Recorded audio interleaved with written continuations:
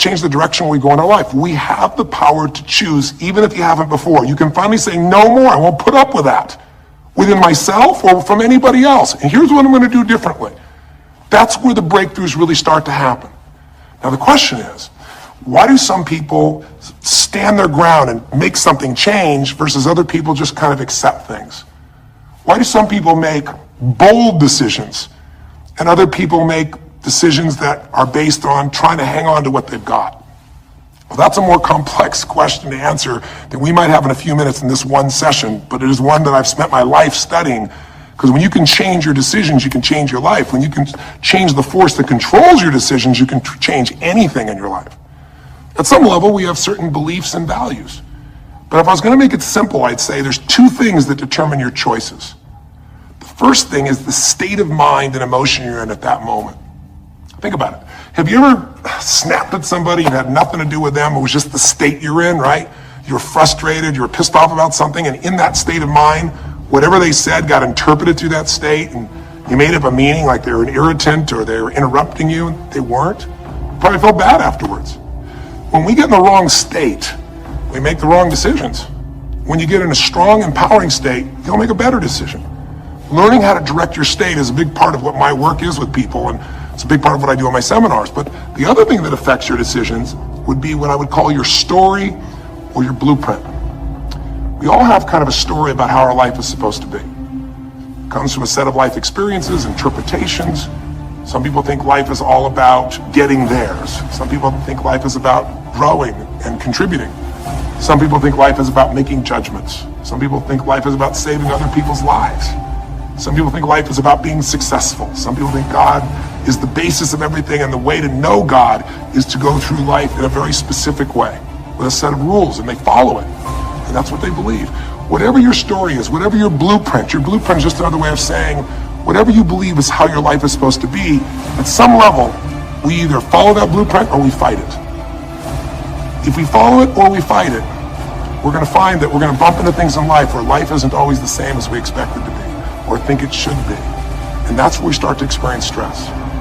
So in this session of Breakthrough, when you watch this story and you saw Melissa, you saw the conflict between what you desired most and what you feared most. I really believe life is the dance between what you desire most and fear most. That's where you find where we live our life. The dance between what you want most and what you fear most. That's where all that energy is in life. So what does she want? She wants to be famous. She wants to be able to sing and have everyone hear her voice and be able to touch everyone. She wants to contribute. She wants to share her gift. And she definitely wants to be famous and successful. She needs to be closer to her children. And one of the big challenges in life is oftentimes what we want and what we need are two different things. She has 5 boys. They're all extremely young, as I'm sure you saw. And she has a husband. And while they're all supportive of her going on this journey, somewhere along the line, she lost that connection to what was most important. Now, is she a bad person and make bad decisions? No, good people make bad decisions when they get in lousy states, when our ego gets involved, or when we start believing our story. And here was the story she had. Being a mom's important, but the bigger gift God gave me is my singing voice. And once we get seduced into a particular story and we start to believe it, it takes a hold of our life and it controls all of our choices. And then pretty soon, bad choice on top of bad choice on top of bad choice starts to affect our life. Can you relate? How many times you've made some choices that you wish like hell you had made a different decision back then, or that no one ever knows the stupid decisions you made? I know I can relate to that. So what I want to talk to you about today for this brief little session is how to break through a crisis. Crises happen, whatever type of crises you go through in your life, and I know you've had many, when we make some choices unconsciously and we get consequences. And we make them unconsciously because we're trying to get what we want. We don't really know what we value most. We don't know what we need. And we find ourselves waking up one day and going, why is my life this way? It's kind of like life is always calling to us to constantly grow and improve. You know, if you're going to look at what's going to make life work, it's really simple. What makes people happy is progress. We're happy when we're progressing. If you're overweight, but you leave today and you say, you know what, this breakthrough thing, what I got out of today for me more than anything else is, I've been stuck waiting for some magical diet, some magical exercise plan, some magical time in the future when we have more time. There is no more time. I don't need to wait for that. I'm just going to make a decision today to get started. I don't need to go out there and go interview 20 trainers and get online. I don't need somebody to give me a perfect plan. I need just to pick up my shoes and start walking. I need to just get somebody behind me who just goes, run! I don't need to wait for perfection. I'm going to do something right now. I choose to get fit. I choose to walk. I choose to run. I choose to go join a club. I'm doing it now. A breakthrough happens the moment you make a new choice. And you don't have to wait. You can just get yourself in a new state. Maybe this tape will get you doing. Or you just have to have a new thought that says, you know what? I made choices in the past. I'm overweight because I chose to eat this and this. I'm not going to eat it anymore. I'm changing now. You can change your whole life real fast with just a few choices. But if you don't make the right choices, eventually you're going to face a crisis. Crisis is when you made so many poor choices that sooner or later life shows up, and instead of asking gently for you to change and improve, to grow, to make progress, to be happy, life, when it's a crisis, now demands change. It isn't asking anymore. We borrowed money as a society and we overspent and we talked about changing and we knew we had to change, and now a crisis happens and guess what? Nobody has a choice. The game has changed. And what crisis does is it melts us down. It melts us down so that we can recast our life. We can remold ourselves. And usually on the other side, our life is greater because as we go through that crisis, we have to grow. Everybody wants change. Nobody wants to do it. Everybody, I should say, wants progress, but nobody wants to change. Everybody wants their life better, but nobody wants to do the push-ups, the running, have the economic or emotional discipline to make it happen. But if you're watching this right now and you're still with me, some part of you wants more. And I'm saying to you, choose it. And the way you're going to choose it is really simple. If you're in that crisis, what keeps you in the crisis is probably because you're being reinforced.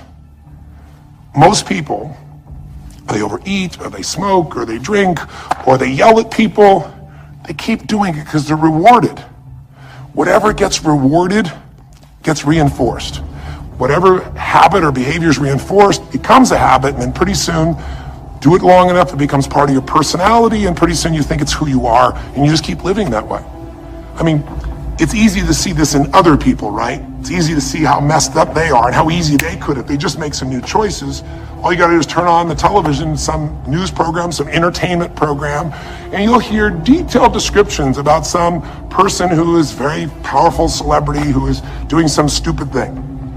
Why do we see all this stuff on television? Why do we hear about every person you can imagine, from Lindsay Lohan to Britney Spears to all the way back to the old days it was Elvis or Michael Jackson or whoever it is that's in the news today in this stage of life in your country as you're watching this? It's because we want to see other people who make bad decisions so we can feel better about our own. But the reason those people don't change, Lindsay Lohan, she's got another DUI. She's putting herself at risk. She's putting other people where she could kill someone. She goes to jail, it's supposed to be 90 days. But here's the consequence. It goes to 2 weeks. And before she even gets out of the jail, she makes a deal for an interview and gets paid $1 million when she gets out for the interview. What do you think the chances of her changing when her bad behavior gets her $1 million, and I don't know if she even makes that for that much time of acting at this stage? What do you think the chances are when people around her say it's not your fault, it's not fair, they treat you unfairly? As long as we have the decision that we're not responsible, it's not our fault, we can't change anything. We have no power. So I don't know if by the time you watch this if Lindsay will change, but if she did, it'll be because the enablers are gone, she's taken responsibility, and she's found something she values more than attention and money for bad behavior. Now it's easy to look at that with her, but what about you and I? Where are you and I addicted to our problems?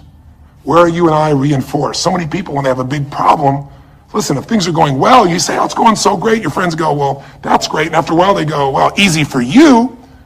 But if you got a problem, people go, hey, I understand, and they connect with you. Where do we get addicted to our problems? If you want to make a new choice, if you want to make a new decision today, if you want to have a breakthrough in some area of your life, you got to give up the story that it's not your fault, and you got to give up the attention and the love and the connection and the commiserating that comes with it with other human beings.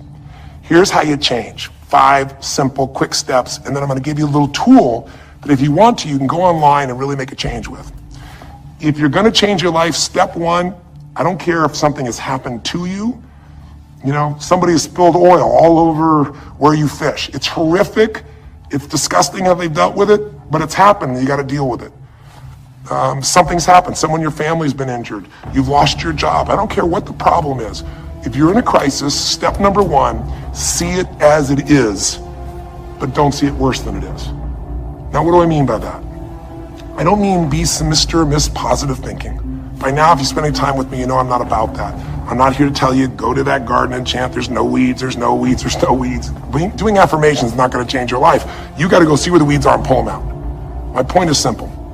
You gotta see what the problem is, but you can't make it so horrific that you just give up. Today, this is the first generation in almost 100 years of Americans who now believe, the majority of Americans now believe, that the quality of life for themselves and their kids in the future is going to be worse than the past. They have, in other words, nothing to look forward to. 63% of the US as of today. Wow. When you start thinking there is no future, you go into what we call learned helplessness, a place where you just kind of give up.